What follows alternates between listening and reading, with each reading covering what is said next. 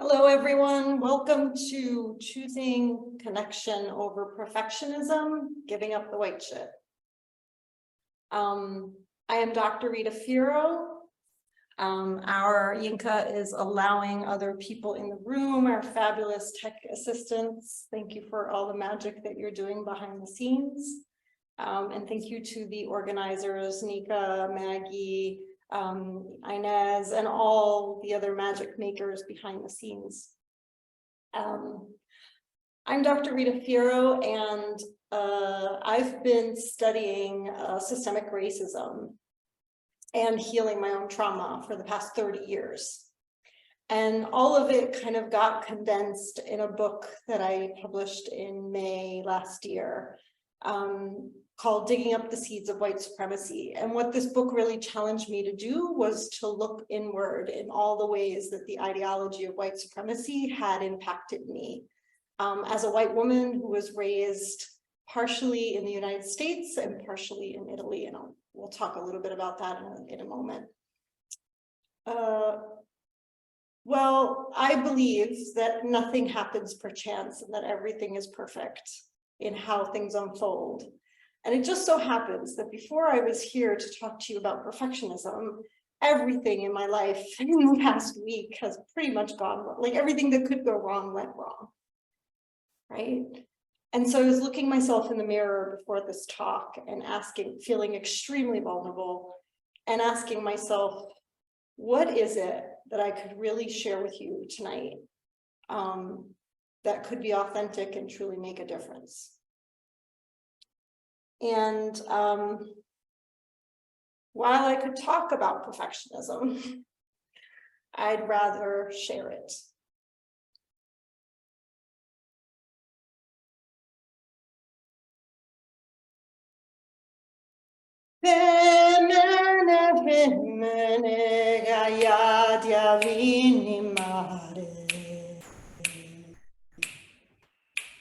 La ditta non ti dà li tira letti, la ditta non ti dà li tira letti.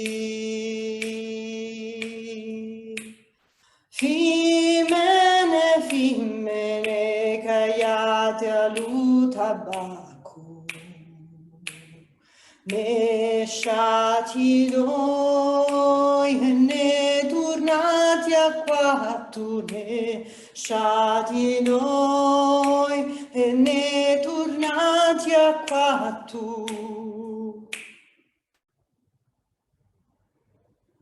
There's a hole.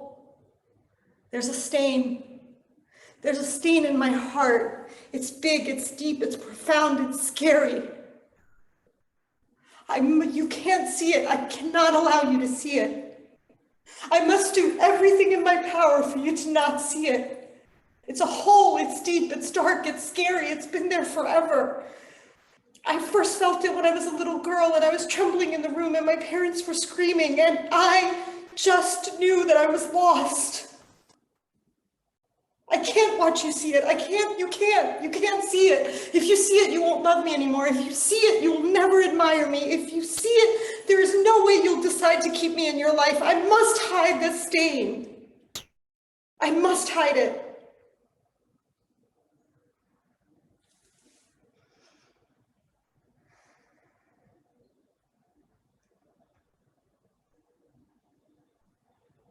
I have to jump. This is so unfamiliar. They told me that if I just had a pole in my hand, I could jump over that vault. I could jump over that rope. I could. They told me that if I take the stick in my hands and I press against it, I can leap over it. But it's so high and my stick is so small. How does this work? How does it work? How do I jump? How do I jump? Everyone tells me I'm supposed to know how to jump, and I don't know how to jump. I don't know how to do this. But if I tell me, they won't respect me. They won't believe me. They won't be there for me. How do I jump? How do I jump? Do I tell them? Do I tell them that I don't know how to jump? And then what if I fail and they don't love me anymore? Maybe they never loved me. That's why I can't show them. I can't show them. I don't know how to jump. Should I try to jump? What if I fall? What if I fall? What if I hurt myself? Then what?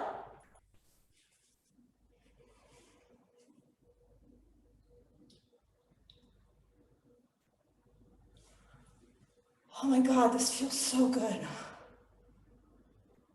Wow, this feels really good. Oh my God, what? Does it feel too good? Do I look like I'm having too much fun? Okay, let me adjust a little bit. Let me arch my back a little. Yeah, that should be just enough. Not too much. I'll look like a whore. I want to look like a whore. Hey, not too little. You don't want to be frigid either. Okay, this feels just right. Oh, now I'm getting tense again. Frigid.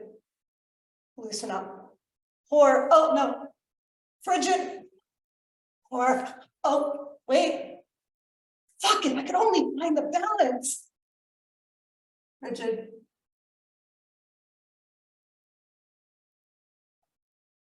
Feels so good. Whore. No, wait. Wake up. Stop. Keep the balance. You have to keep the balance. You have to walk the tightrope.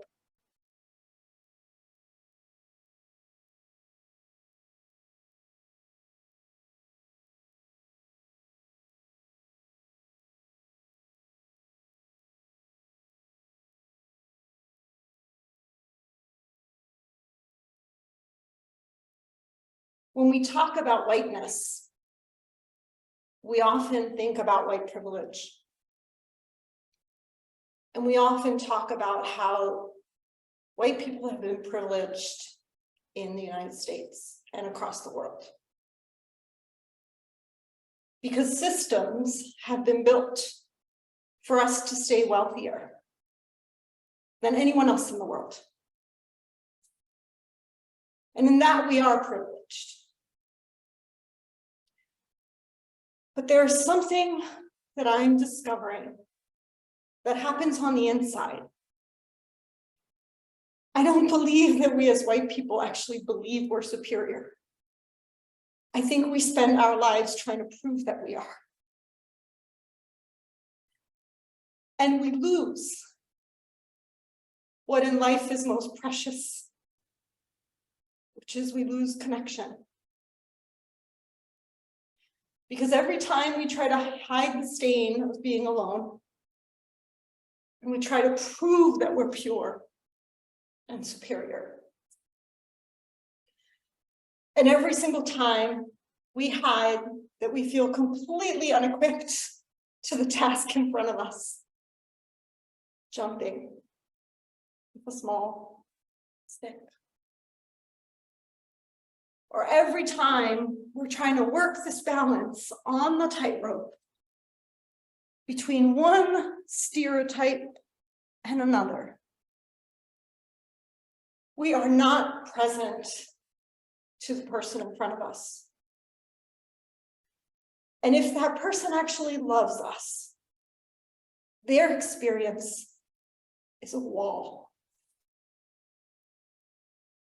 Because the anxiety feels like a wall.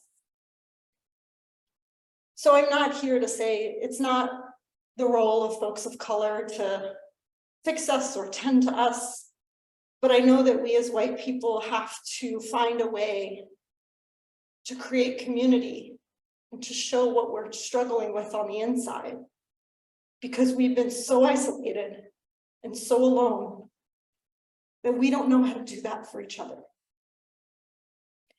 And what we're left with is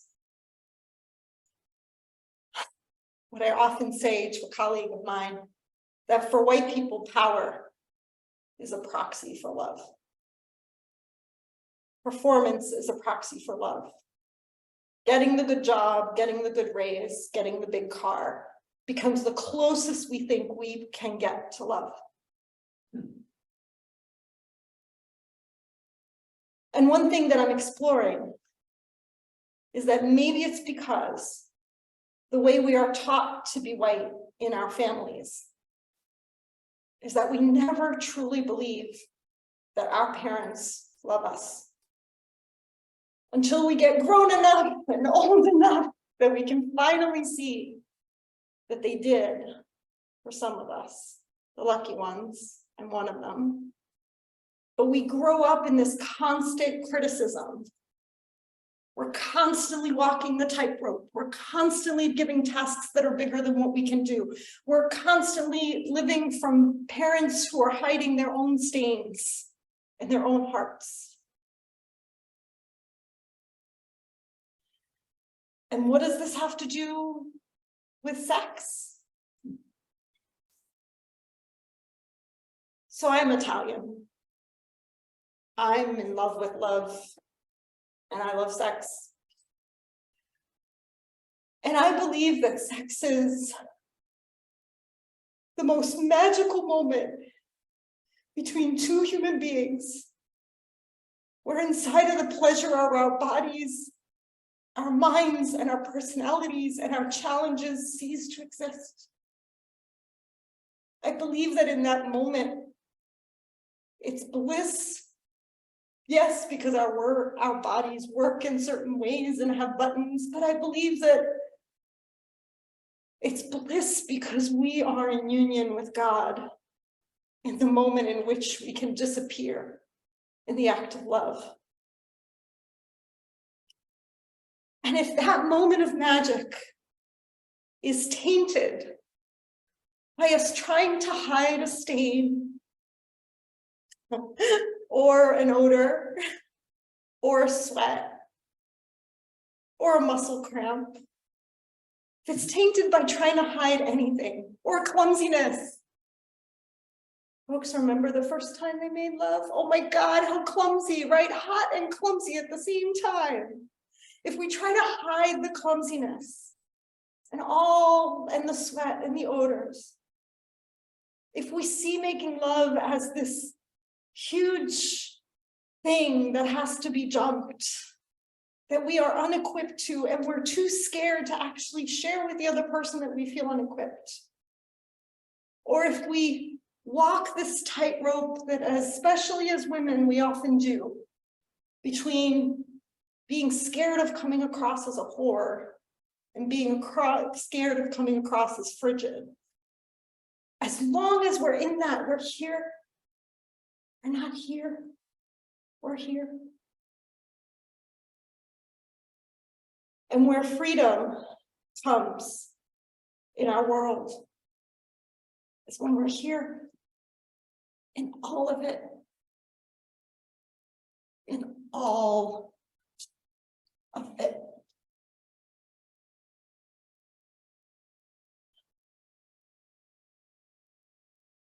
And Audre Lorde said that the pathway to pleasure was freedom, and that pleasure was an act of liberation. Because the opposite of pain is pleasure.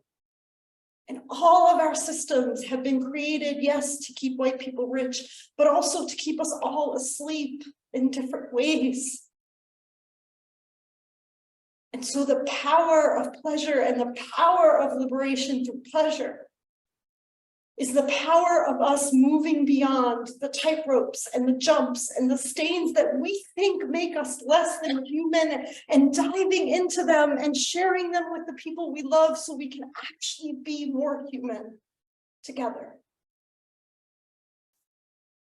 A dear friend of mine told me tonight, Rita, I know it's your superpower to remove every conflict, and you don't have to be in your superpower to be loved. And I cried. We don't have to be superheroes to be loved. We don't have to be perfect. We don't have to say the right thing at the right time in the right way. We get to be loved exactly the way we are. And exactly the way we are.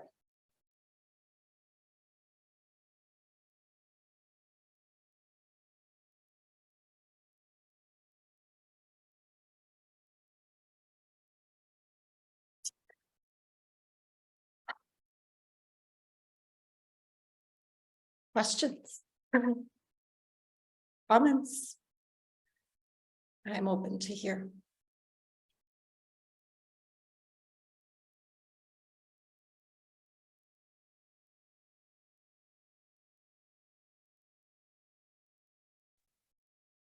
Well, I'll start. I really love the acting out and the feelings. And I resonated with a lot of that. The perfectionism. And so the question is, how has your journey opened up connection to yourself?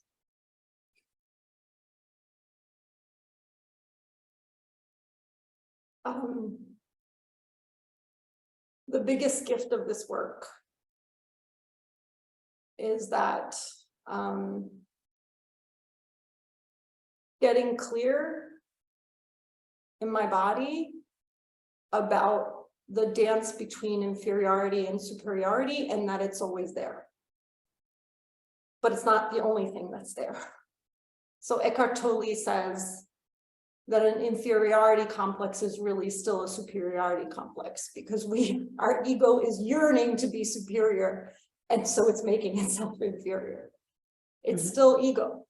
It's still not love. It's still based in fear. Where my 30 years of studying systemic racism landed me was that anytime I buy into the fear, I am reinforcing white supremacy. Anytime. And so I've been in this personal journey of what is it like to really move beyond fear?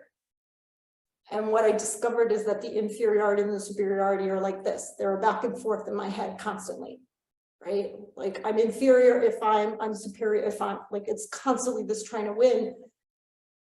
And like, I'm scared of it right now, right? Like, Maggie, you're the only face I see, and the other screens are off. You don't have to turn them on, don't worry about it. But just to be real with where I am is that just the other screens being off right now create a little bit of a panic. And I'm like, oh my God, what am I saying? There's a part of my brain that's always judging what I'm saying while I'm trying to be present.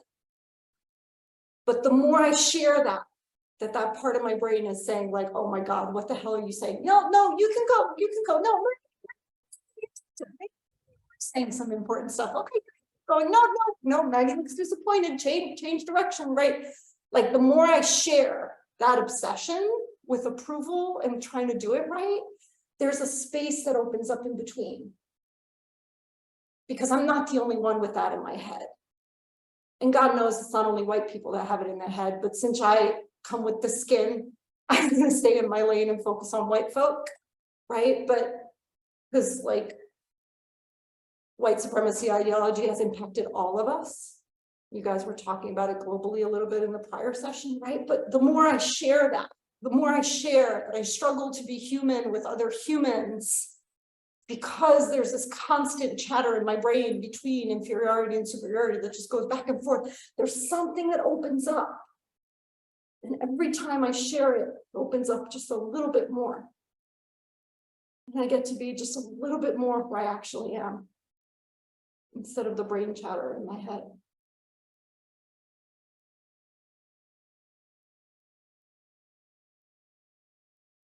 Thank you. Thank you. And I do have a follow-up. Like, what do you see? Like, what do you see that you learn from people of color on this sort of duality of power and second guessing and things like that? Well, the major thing I've learned from folks of color that have been my 3 African-American female mentors have been that every time I feel like rescuing someone, I need to look at me, right? Like that, my empathy for other people's pain is often a hook into my unresolved pain. So then instead of carrying banners for social justice by just looking outward, I have to like be really clear about what's happening inward. Okay? And mainly because they were all older Black women who were looking at me like this while I was in my 20s, like ready to, you know, I've been waving an anti-racist flag since I was in my 20s, right? And they just look at me and go like, what's going on with you? What's your pain? Why do you care about us? Like, what's going on with you? What's unresolved with you? Are you talking to your mama even, right? And if we look at how I think the trauma and the impact of white supremacy looks different in white families, I look at how many white families have estranged their own kind. And that to me are huge wounds, right? That we haven't faced. And so I think it's not that folks of color don't, first of all, folks of color, it's not that they don't, and maybe people who are here who are of color can speak to that more, but it's not that they don't self-doubt, but they self-doubt from a different place. And they're actually, for the most part, more mature than we are.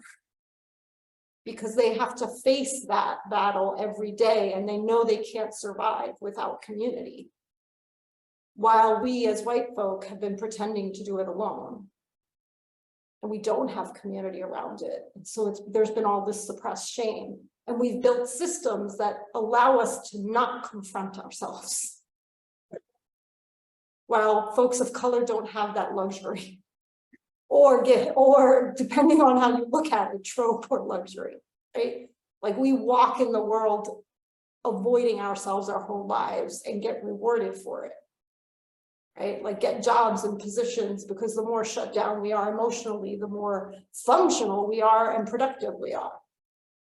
There's a hand raised. I think that's Angel. Oh no, it's Patrick. I'm the angel of Oh, the- Patrick, go for it. Yeah.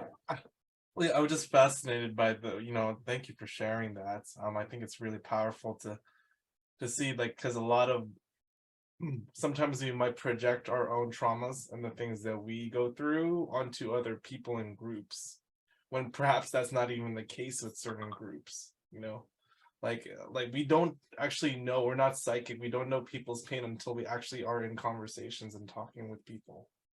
Like we're assuming like, oh my gosh, because I went through this trauma and then somebody similar like me went through this, that person is also going through that. And I think that is kind of a premeditative judgment like on people that we also have to be responsible for. And this is why doing the work on ourselves and really deeply looking at it is like, is this really their pain or is it just my pain being projected out there? So just really thank you for putting that out there, because I think that is kind of an unseen aspect of really wanting to support and help people, is that we're actually not looking in ourselves. We're just kind of looking at the chatterbox and we're kind of projecting from what we went through and then preventing certain things that are like that. But perhaps we don't just stop and then just kind of see and discover, well, where am I also causing the problem as well? Or am I contributing to the problem or the solution by the way I'm thinking about it from myself? Yeah. Thank you. Yeah. It's really powerful. Thank you for that, Patrick. And I would add that part of what this journey of 30 years has taught me is that when I started as a 20-something, for me, social justice was all about fixing the world out there, right? And fixing the people out there that were doing wrong. And I saw almost everyone doing wrong all the time. I was a really heavy presence at dinner parties, right? Like I had a lot of friends who were rolling their eyes over at me all the time because it was very performative and I didn't have that language. And I'm thankful to the conversation about race and anti-racism for the language we have now. Personally, I would like to see it shift to racial healing. Because we've been taught to be racist, right? Like we've been taught by our mamas and papas, and like, it's not something that gets undone in a conversation. And so the shift for me has been from trying to fix everybody out there to really paying attention to how am I showing up as love or fear right now? Because it always just boils down to that, right? And it's not easy. Like it's not, I mean, my heart goes out to Black women who manage to raise children with open hearts in a world that they believe is not safe for them, right? Like, it's not easy to be love in the face of fear, or in the face of injustice, or in the face of people being like angry, upset at us. It's not easy to be love. But that's the most transformative power that our world has.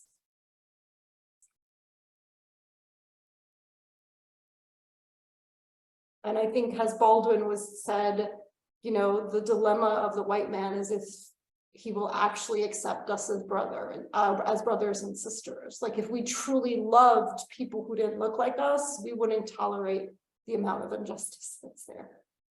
Like, our hearts would break too hard, and not for a season, but they would break for longer periods of times that could sustain the movement for change.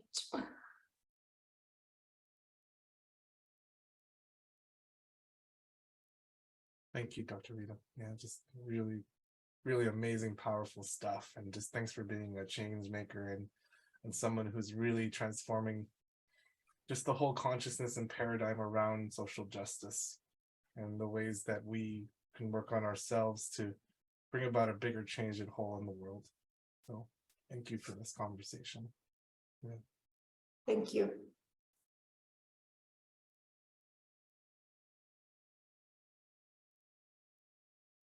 Any other comments or questions?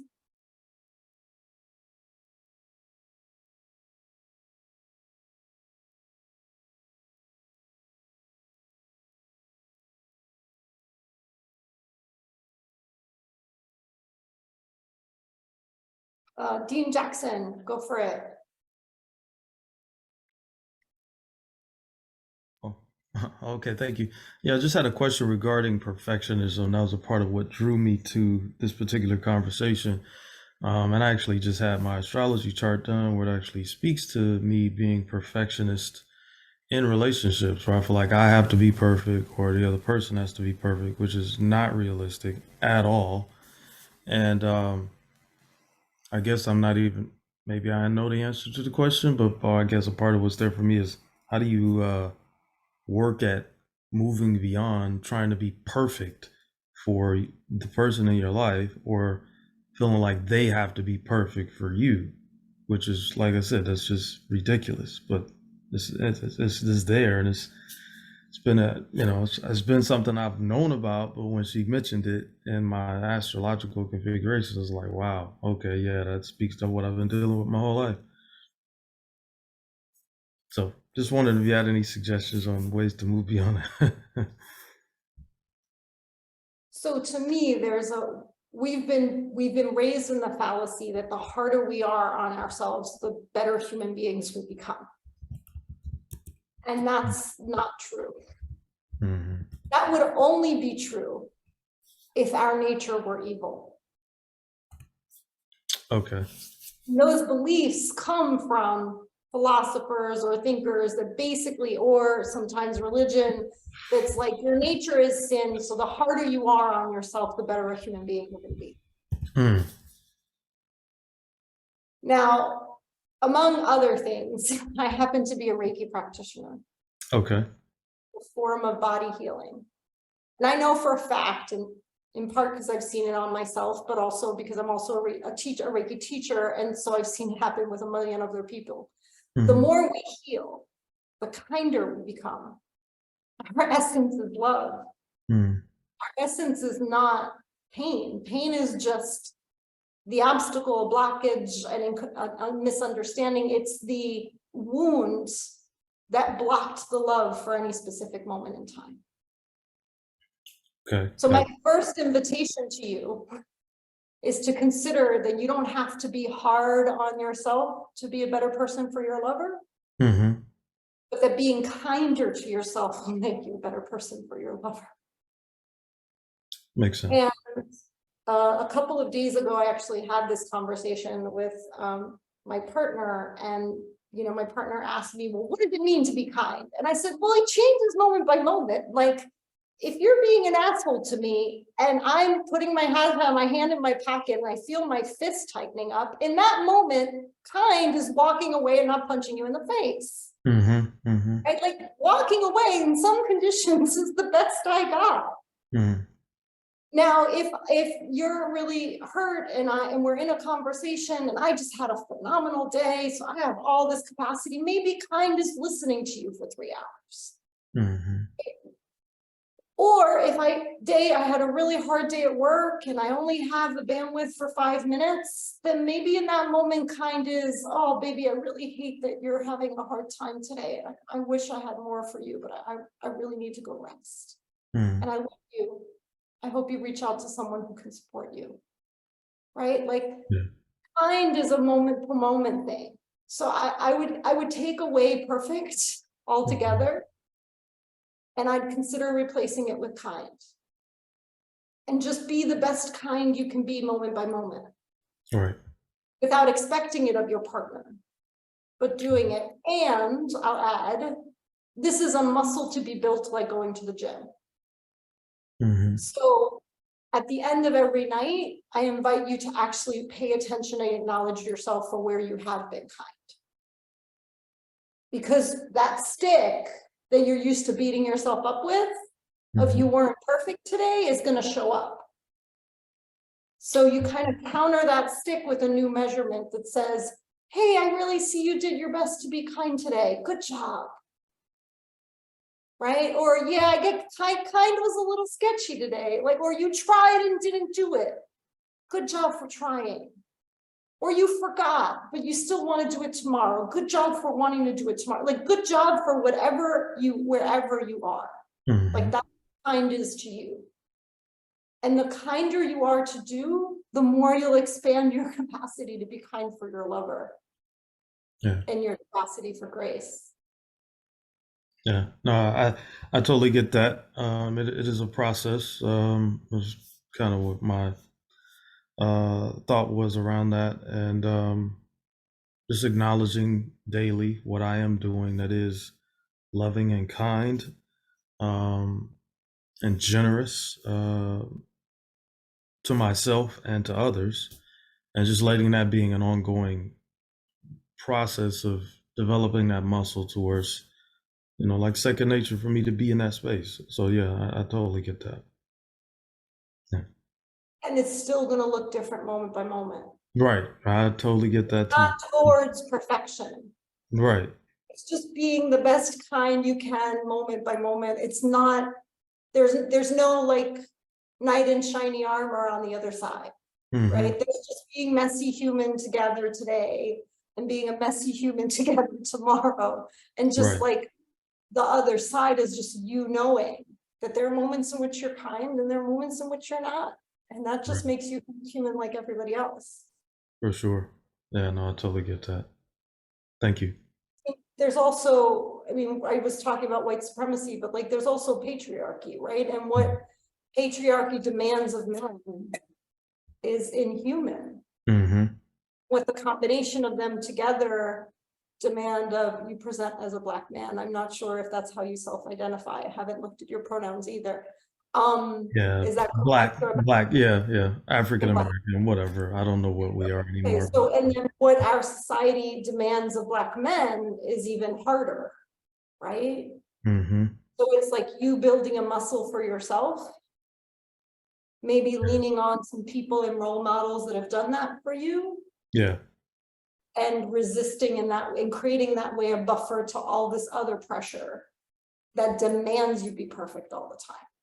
Yeah. So it's kind of like you create a little incubator for yourself where you're like soft and fuzzy in the face of a world that isn't. Now that's coming from a white woman, so no, no, it resonates. Salt. Yeah, no, I mean it resonates though. I mean, having mentors and men's groups or whatever, just the different things that have contributed to helping me to continue to work at moving beyond the things that have me wondering, why did I even incarnate to this planet? Because at times I don't feel like I belong here at all. But so yeah, it's interesting. But yeah, those support systems are vital. So that's what I'm taking on, is to reach out and be in more communication and know that it's okay to do that. So I'm not trying to do it all by myself. So yeah, Yeah, beautiful. yeah. Thank you very much. You're welcome. Are there other questions?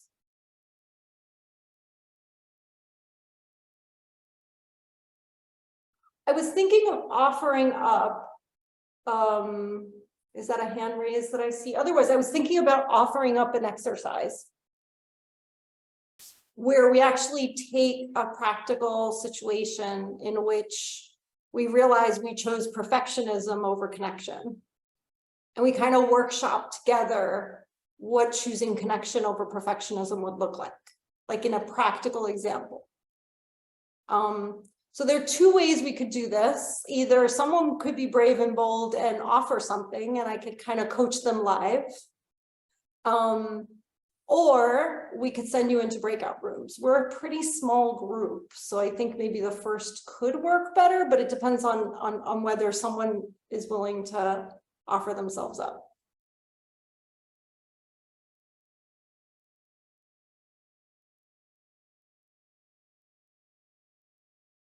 And you don't have to have an example before you raise your hand. You just have to be willing to do it. And then we can figure out together what the moment is.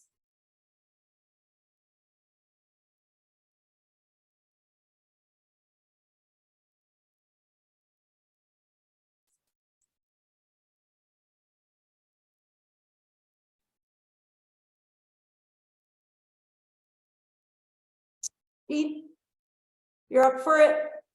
Yeah, what the heck? I mean, nobody else raised their hand, so. Okay, awesome. Are you okay if I ask our tech people to pin both you and I so people can see like you a little bit bigger? Is that okay? Sure. Yeah, that's fine. Okay. So tech folk, could you please pin Dean and I on the screen? I think that might be problematic. Oh, Oh, okay. okay. All right. Okay, I was hoping a spotlight actually, not pin, but that's okay. All right, then I'll just stay then.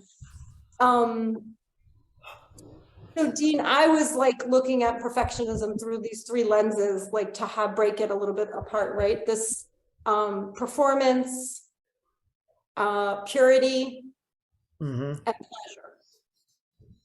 Right, just I was offering it as three lenses of like places to look for where perfectionism is looming in the background and gets in the way of connection. Okay. I'm curious, is there an instance or like a moment that you can think of or a memory that you can share where you realize now you were like stuck in one of those three things, right? You either like trying to hide something that you thought was impure about yourself, or trying to hide that you didn't feel competent for a certain thing that you had to do, performance, right? That you were doing anyway. Mhm. Or that you were like trying to tightrope between one stereotype and another, or one expectation and another. Yeah, I guess to a degree, the thought that comes to mind is the size of my penis and the fact that, typically the stereotype is that we as black men are hung. And I mean, I'm okay, but I, find myself having a lot of insecurity around that, to be perfectly honest, to where it's like, it's like, well, I was most recently with a woman that was Caucasian, and I mean, she was cool with it, but initially I found myself like when I was naked, I was like really insecure. I was like, holy crap. Because of the stereotype and feeling like that's something else Mr. Perfectionism has to live up to, and then I'm falling short, so to speak, and not being what we supposedly are. So yeah, that's the one that most notably comes to mind. Wonderful. So can you, are you willing to like go a little deeper into this interaction with this person, with this woman, right? Woman. Yeah, we're not really talking right now though, so I don't know that there's really much to go to there. But Yeah, not, it doesn't have to be in relationship to the future, just kind of in relationship to specifically what happened. I'm gonna ask you some okay. questions. What Yeah, happened? sure. So, did you ever talk to her about your insecurity? Yeah, actually I did. Okay, do you want to share how that went? I mean, it went pretty well. I mean, she mentioned that when she was younger, she was with a black guy in her early, I don't know, teens or 20s or something like that, and how apparently he was not a big guy, right? And then she was like, "Well, this is not as advertised, right?" Um, and I think if I remember correctly, she basically got kind of touched on the fact that I was okay in that department. She literally said that to me, so I was like, "Oh, okay, that's nice to hear." I mean, I never have heard that before. That's a part of why, it'd be nice if we could have worked it out, but it was like the best intimate exchange I've had. And every other woman before her was a black woman. So, and that's no slight against black women because I love black women, but it just so happened that that was like the most fulfilling experience I've had to this point. So, yeah. So when you shared it, what were you thinking about and how did you share it? I mean, I was thinking about we were on a hike and we were coming back and we were walking barefoot. I actually started once to invite her to this weekend's event. But anyway, and I forget how it came up, but when we started to discuss it, I think I was walking in front of her, but I didn't have any nervousness. I didn't have any insecurity about sharing it. I get to a place because, I've been through some some stuff in life to where I get empty and I can just come from nothing. And I don't really care how people take it or because I'm like, it's a miracle I've made it this far. So it's like when I get in those states, I can just share genuine, authentic, heartfelt stuff just to see if the person is open to having that discussion around that. And in that moment, she flowed with it. So it was cool. So in this case, you felt welcomed. You didn't feel pushed Yeah, aside. no, I didn't feel that at all. And I mean, that was one of the things that I told her when we first started going out or seeing each other. I was like, I want you to be able to talk to me about anything and vice versa. I think that's the foundation of a healthy relationship. So if you can't do that, then you don't really have anything. And so yeah, at that time we were in that place and it was good. So in this case, it sounds like you were able to go beyond the perfectionism into connection. Yeah, no, exactly. I've been studying a lot on this topic. I've been, there's one book I just recently read. She was talking about Karitsa, which is more of a relaxed form of lovemaking and intimacy, where it's not goal oriented. It's not based on this mating program, this primal urge that is innate in us as men and women. And women actually have it as much as men do in a lot of ways, which is kind of surprising to read that in a book. But the point is that bonding is a deeper level of connection and intimacy, and that's what I've been after my whole life because I'm like, a man. I think it's more innate in men to want to have sex with almost any woman that they see that gets them erect or aroused or whatever. And at the same time, like she mentioned in the book, that's actually counter in most cases to our long-term happiness. So I'm looking for connection. And at the same time, I felt like this conflict where the primal urge arises. And I'm like, oh my gosh, she's gorgeous. And oh my gosh, she's gorgeous. And it's like, but that wouldn't make me happy. I know it wouldn't. But our program as men is that that's what we do. We plant our seed and we sow our oats. And most of the guys I know that have sold their oats are they're they're tired. They're worn out because that's energy. And to me, if you don't cultivate yourself as a man and learn those higher sexual arts disciplines and self-control and how to have sex without orgasm or whatever, you're just expending your life force. And then eventually you're just dumbing yourself down, literally and figuratively, to where you're a shell of your former self. I think it's a layered conversation, as I like to say. But the main point to me is the connection part is huge, and without that, it's like you're just fucking. I mean, and that's not, you can get that anywhere. So I'm like, okay, what is that about? I want something more significant than that. Yeah. So coming back to perfectionism, Yeah. Oh, if I deviated, forgive me. No, Yeah. it's good. It's all good. It's absolutely Okay. all good. You gave me like the whole picture of it, which is great. I just, what I see, where I see this conversation could go in one of two ways. Uh-huh. So in one way, since you actually chose an example of a time where you did choose connection over perfectionism, Yeah. you could start by just acknowledging yourself for that, Yeah. right? Well, yeah, thank you for that. And I Because acknowledge myself for we having that started this conversation. conversation, yeah, when we started this conversation, you were like, I'm always a perfectionist, I'm always trying, and I'm always pushing other people, right? And that's not true. You just proved Yeah. that that's not actually true. Right, right. You don't always fill in the blank, Yeah. right? Um, and I'm curious, are there other examples that you would like to bring in which this got in the way of you connecting with another person? Or do you want to dive deeper into this time that it actually worked so you can like really maybe feel it and touch it a little bit more for the next time? Yeah. Okay. In terms of it getting in the way or another time when it wasn't a connection that I allowed, that I moved beyond the perfectionism. Um, I guess I would say I want to accentuate the positive. And Okay, another that's fine. time when I rose above it. Um, well, yeah, I guess a thought that occurs to me is, um, as men, for a lot of times from an ego point of view, we want to satisfy our woman and we want to make sure she's taken care of and that she has an orgasm. Nothing wrong with that. And at the same time, it could lend itself to perfectionism slash performance anxiety Yeah. to where you end up, or I end up coming too fast, or a man does, or whatever. And it's like, well, that kind of didn't work.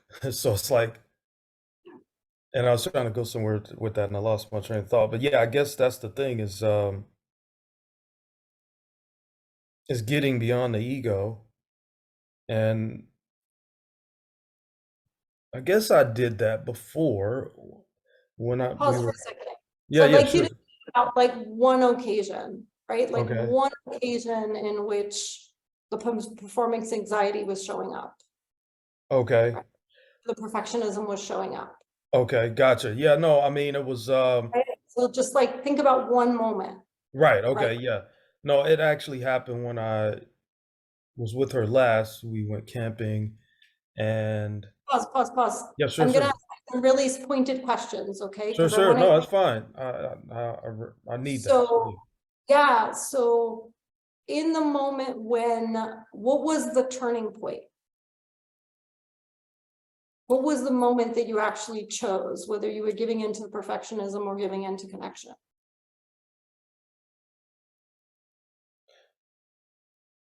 I guess I would say I was giving into connection when we were together. She was on top of me. I was looking at her. I requested that she look at me. That's Okay, pause. connection. Pause here. Great. So you made eye contact, Yeah, no, right? I actually requested it because that's Caritza, that's bonding. And I was like, that's what I wanted to create. And I'm like, okay, yeah, this is my opportunity to cause that because at that moment she wasn't looking at me and I requested it. So pause for a second. And what was Yeah. happening in your brain right before that? What was happening to me? Yeah. How was Uh, the perfectionism showing up and the performance anxiety showing up for you right before it? it was showing up, I guess I want to say like I'm tired. I didn't really sleep well last night because I wanted to be there. I was excited about seeing you, and so I couldn't sleep, and I've had issues sleeping anyway. So it caused me to be tired to where I couldn't really be fully present to be the best that I could be for you. So you could feel that you weren't fully feeling the vibe, and you start giving yourself the list of all the reasons why you weren't fully feeling the vibe, right? I didn't sleep well, I'm not well rested, last night this happened, this morning this happened, right? So you're literally with a woman and you're writing down this list of everything that went wrong today, Yeah. implying there's something wrong with you right now, right? Like you Yeah. can't, that's the assumption underneath all of it, right? Yeah. Is you can't perform right now, Mhm. right? And that voice is because, right? And there's a long list. Mhm. See, we give into that. So this is beautiful because you didn't give into that list. Yeah. When we give into that list, we lose the connection. Yeah. Heck yeah. And I mean, You could have let that list go on forever, yeah. even while you continue to have sex. Right. And this is what people do, Yeah. right? Like I'm going to keep running the list of how I'm not good enough, even while I'm trying, like another person's connecting with me, right? Yeah. It's Or I'm going to try to ridiculous. compensate for it, Mhm. right? Yeah. Right? I'll Yeah. screw you harder, cuter, soft, whatever, right? But I'm Right. trying to compensate for the list that I'm still running in my head. And it's beautiful what you just said, because what you instead chose when you paused and you asked for eye contact. Mhm. And the eyes are like, we say the windows to the soul, right? Like the eyes, getting lost in someone else's eyes is Mhm. like the easiest way to bring connection back, Mhm.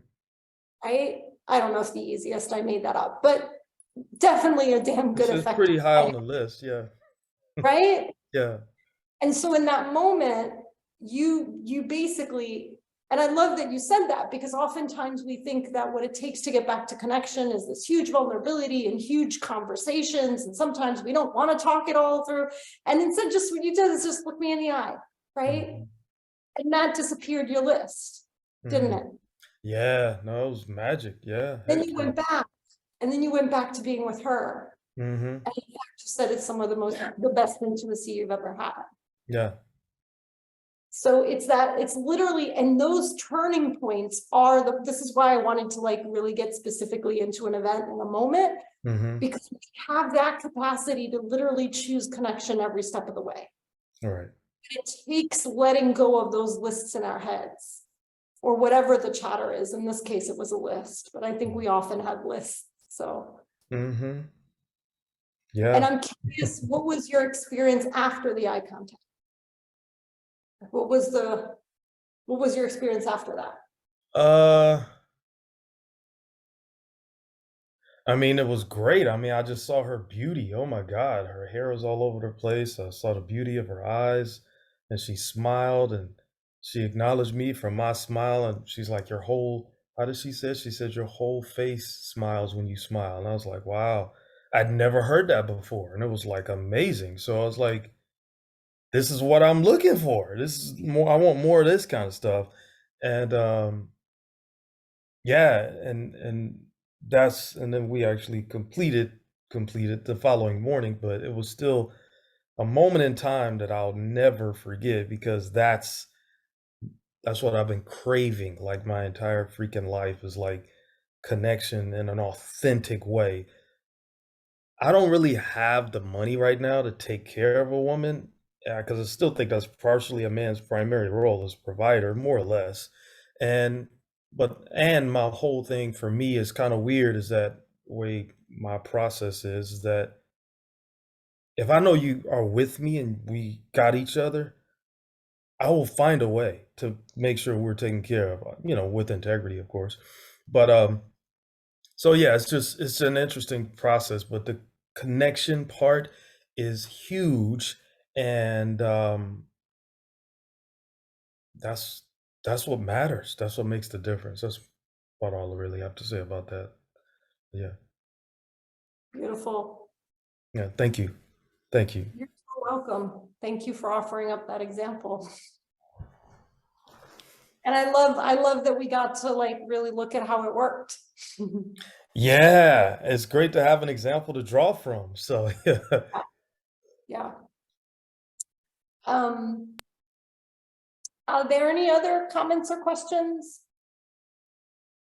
Well, I just want to thank Dean for going through that exercise because as a woman, I got into, I could hear what's going on in a man's mind. And it really does help. Thank you. My pleasure. Thank you.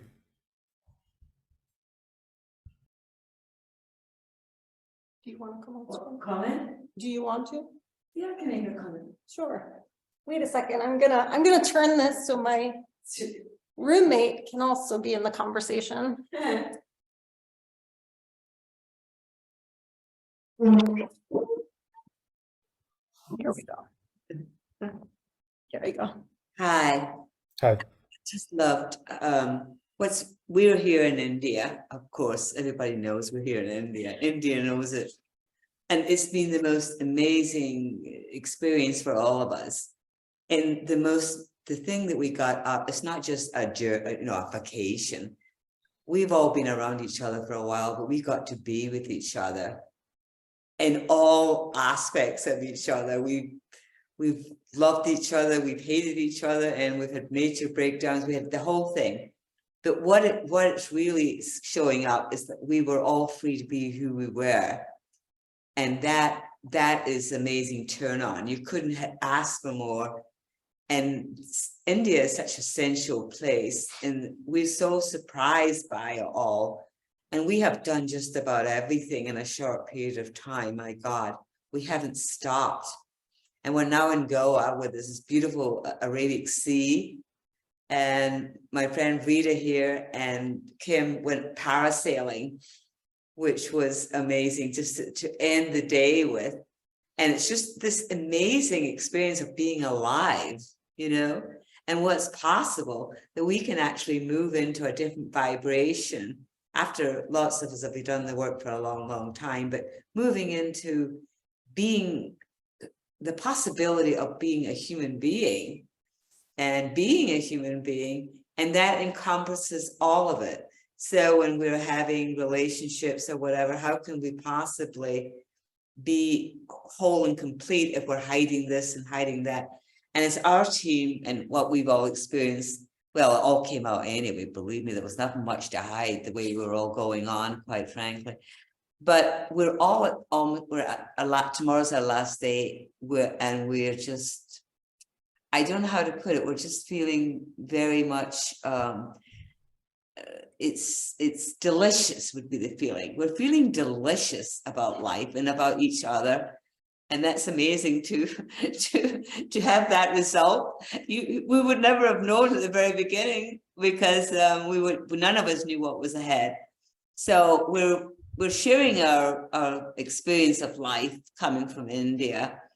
And we did take this on, and not one of us knew what was going to happen, but this is a huge breakthrough in quantum leap that we're all on. And it's a definitely quantum leap for being the level of humanity that was here, and which aliveness. And I know that Rita and I shared quite a few things that we, that would never have come out if we hadn't have been here in this setting.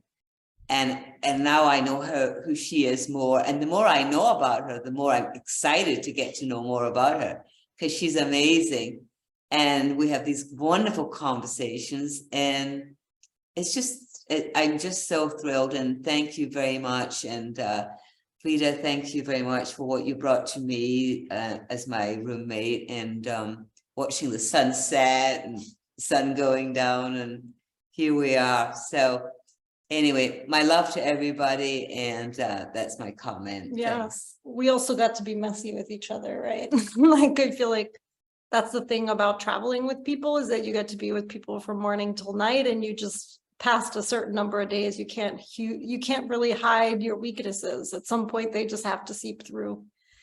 And so we kind of, I think, learn to love each other through it, through some messy days. And that vulnerability, you can't hide your vulnerability in this setting, Yeah. So it's all perfect. We're in love with the world right now, and certainly with India. Yeah, that's very cool. Wonderful. Someone else have any comments or questions?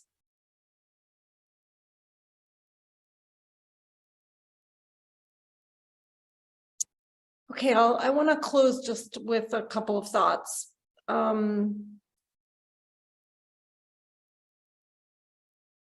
These standards of beauty and performance. Yeah, thank you. Yinka, can you share the slide? Just the front one, it's fine. Yeah. So this is the book, Digging Up the Seeds of White Supremacy, and there are my 2 websites where you can find all the things, all the links and social media and things. I'll just leave it up as I give some closing thoughts. These standards of beauty and standards of performance and standards of perfectionism come from a very specific culture and a very specific moment in time. I mean, specifically as relates to women, I can think about the concept of Victorian womanhood. But there are different cultures that have created the standard of women as icons of beauty instead of powerful hearts, bodies, and souls. And we kind of like, it's just something that someone made up somewhere in the world. And we're at a place where so many of us in the world are stuck around it. And we do get to choose, like we do get to choose who we're going to be in the world. And we do get to choose whether we're going to buy into what other people think of us or want from us or not. Later on, there is a panel called Decolonizing Sexuality, where I'll be on the panel with a few other people. And I'll share a little bit more from my experience in particular of kind of being Italian and Italian American and how that has shifted my relationships, in particular about like how people exoticize being Italian. But we've gotten stuck with these concepts, but we really did make them up. And we do have the power to transform them. And we do have the power to choose connection and pleasure over the constant brain chatter and over the constant make wrong of just not being perfect enough or not being good enough. And even if it's just for seconds at a time, right? Like even if it's just for seconds at a time, those seconds are so powerful that they can create the opportunity to transform the world. It was great being with you. I think I'm going to end here. I know we're a little bit early. We had a smaller group than we were thinking, and I think that's okay. I think people will welcome the break, I think. Yeah. Can I ask you one question before we break? Oh, sure. Yeah. What practices do you see that we could maybe put in place to really recognize or work through this purity, perfection? I forgot what the third one was.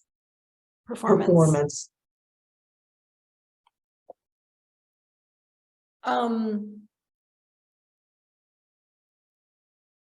So I think that first practice is the kindness that was coming up with Dean, right? Like I think the kindness one's really important. And then you mean specifically around sex or the rest of our lives? Well, just in I think how you do one thing, you do everything. So yeah. So one of the things that that one of my partners taught me and that I found extremely helpful is talking about sex after sex. And I realized with my recent partner, it's actually become like a little bit of a ritual. Like every time, especially in the getting to know each other phase, like every time after we had sex, it would be like, so how was that? And what's great about it is that if you talk about sex after sex and you do it in a soft voice, it's always sexy, right? It doesn't matter what you're saying, right? Like you could say, oh my God, I really couldn't take my socks off and they were stinky. But if you say it in a soft tone of voice, it's still sexy, especially after sex. But like, I found it really helpful for me to build a muscle to talk about sex after sex when we weren't naked, right? Like over breakfast, over tea, like just while you're doing something completely different. So, hey, honey, like, how was that? Right. And what it does is it creates a ritual and a context to sort of talk about what really worked, like what would bring more connection and what wouldn't, but also to talk about, okay, you know, at that point, I really got stuck. Or at that point, I couldn't feel you anymore. I felt you were disconnected. What was going on for you? Right? Like, and I think the more we can have those conversations afterwards, the more enriched sex becomes or making love becomes. Because in those conversations afterwards, we get to know our partners better in a moment where the performance anxiety isn't as high, right? The tightrope walking isn't as high. I think that piece between kind of, in Italian, we call it puttana o sposa, the complex between being a whore or a wife, it's called in Italian, because most Italian men have a really hard time with doing both. So it's like that tightrope walking, I think for women is more relaxed afterwards. And it's not only women, but for the most part, these resonate with gender roles, right? And then performance anxiety is lower. So creating a ritual of talking about sex afterwards when you're fully clothed, I think is really important. And also just like being willing to really stop at any time that the conversation becomes uncomfortable, because that like builds trust that you can stop at any time when sex is uncomfortable. So I think that's the first practice that I would talk about. And then in terms of in relationship, how it doesn't connect to sex, like I think radical honesty is important and really hard. Right? Like our partners often want to hear what they want to hear as opposed to where we actually are. And that piece around the more kind we are to ourselves, the more we can stand in our own truth and say, hey, I get it. You really don't want to hear this right now. And I just have to really be honest. And finding the time, right? Like finding the right moment, because not everything is for every moment. The last thing I'll share, which has become so I'm a recovering codependent, hopefully recovering, some days more recovered than others, but in my family, I was always the strong one. Although I'm the youngest, I was always the one taking care of everyone, right? So for a really big part of my life, I had the experience that I was always there for everyone, but my family was never there for me. Not quite true, but that's how I lived it and how I experienced it. And what I've had to learn how to do with my family is, because they have this image of me as all strong and never breaks. And then angry comes out of nowhere. What I've had to really learn how to do is a little bit how I shared with you guys at the beginning. Like I've learned how to share with people I love, like to literally sometimes close my eyes and say, this is how I feel. Like, I feel like I'm walking a tightrope and I'm scared of your judgment on this side and I'm scared of your judgment on that side. And it feels like my body's ripping apart and the anxiety grows and my heart is pumping heavy and I can't breathe anymore. And I feel out of breath and I don't want to feel out of breath when I'm with you. I want to be relaxed and I really don't know what to do. Right? Like sharing in a way that gives the person in front of me a real good sense of what's going on in my body and my mind and my heart and how I would like it to be, and that I don't actually have the bridge how to get there, But sometimes just sharing that authentically gets us there. Like I've had several occasions in which my partner said, you know, it's okay. Like, it's okay. I get it. I get like that too. And then it's gone. Right. But I think we often talk a lot, but we don't often share how things feel in our body, mind, and souls.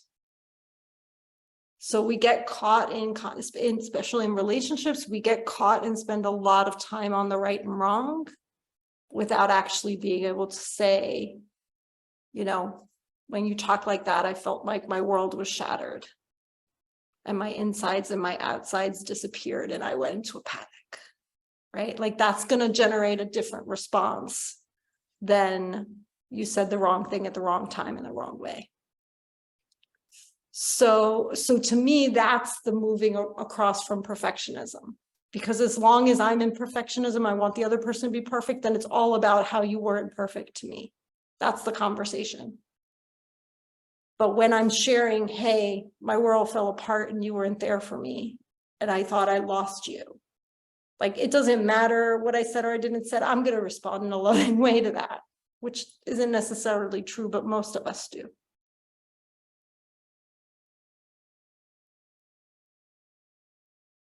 Is that helpful, Maggie? Yes, it's brilliant. I was especially the talking about it afterwards. And yeah, because at first I thought afterwards while you're just laying there afterwards, but no, afterwards when you're dressed and it's in the other room. And that's brilliant because I've putting things into words and expressing them has been a challenge for me. And I've been working on getting the things out of my mouth. And just, I can see how that could really, you know, bring the intimacy, not only the connection and intimacy, but up in the game, so to speak, really like getting to know your partner on a deeper level.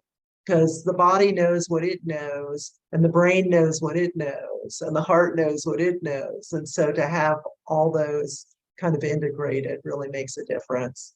So I really want to acknowledge you for your talk. Thank you. And I would add, like, asking questions more when it comes to sex talking, like asking the question more than once. Because I'm pretty sure the first time I asked my partner, what are your fantasies? I got nothing. Right. And then, like, as I kept asking, and then I was like, okay, so when you're alone, what happens? Like, how does it go when you're alone? How is it different when you're alone and you're with me? And like, and just kind of learning, like, what turn them on or what turns me, and the same conversation the other way, right? Like, what is it that turns me on when I'm alone about you? Do I think about you? Is it like, am I looking at porn because I'm like actually excited by something else, right? Like, what is it that turns me on in the presence of the person I love, and what turns me on in the absence of the person I love? Like, there's so much to be learned there about how we please ourselves in like when the other person's not there, right? And so, like, just asking those questions over and over again so that we can actually start to understand how their mind works. And I would say how the other person's mind works outside of this particular relationship. Because the fantasy of relationship and the fantasy of love, right, is that when we fall in love, we become the whole world of the other person. Right? So it's like, you've only made love in the way that you make love to me, and there's nothing else in your world, right? Until they one day say, you know, well, with the other person, I had this other experience. And like, damn. And we feel threatened, and we go back into fear and back into performance. Like, I don't know if I can do that. I don't know if I want to do that, right? Like, and like the routine of talking about it, I found for me, has freed me up to see it more as an exploration. And to see the other experiences as an exploration into, oh, I didn't know that you may like something like that. Or, and And I'd like to say, if I have the time, how am I on time? I would like to say a little parentheses around trauma here. Do I have time? Would I have like 3 minutes left or not even? No, but I'm sure we can fit it in. Okay, so I wanted to do a little incidental around trauma. So, with my current partner, there were twice when we were like talking about sex and it was all cute and everything. And I got triggered. I got trauma triggered. So I'm a sexual trauma survivor. So there's a fine line for me between being playful and sexy about sex and feeling violated. It's a very, very thin line. And so part of what's important around sex talk is like creating language, and the BDSM community has a lot to teach around that, even if you're not in the BDSM world, or if you are, like creating some kind of safe word where it's like, I'm triggered means that you're just going to pause. And part of that pausing is not even talking. Like it may, and asking that person, when you ask pause, is it okay to hug you? So I'm a person who likes to be hugged and hugged tighter because it shakes my body up to what's happening right now. But there are moments in which I don't want to be touched at all. And that changes by person to person because each person's trauma is different. So creating some agreements ahead of time, or if it just shows up, like being trauma aware so that you can, and asking, can I touch you right now?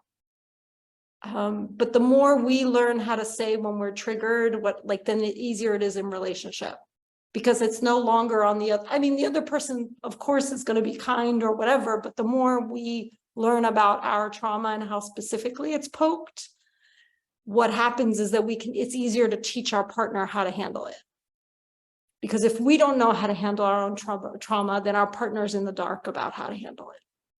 But when we learn how to handle our own trauma, then it's easy for us to say to our partner, hey, this thing got poked. Right now, it's really okay for you to touch my hand, but don't touch any rest of my body. Or, touch my pinky, but nothing else. Like, we all got quirks. Trauma's quirky like that, right? It could be like, tap my ear, but don't do anything else, right? We can teach other people how to help us through.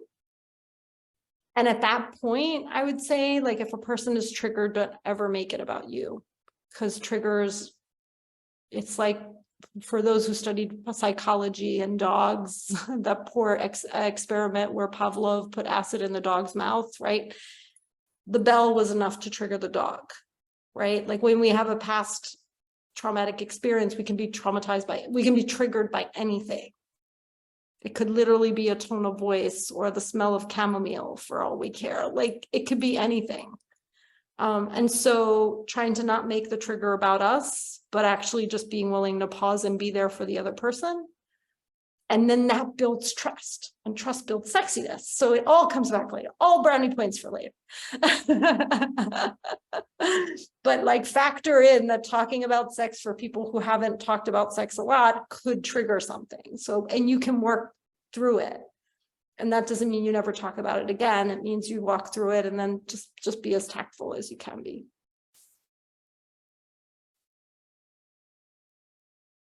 It's been an honor to be here with you all. Thank you. Thanks.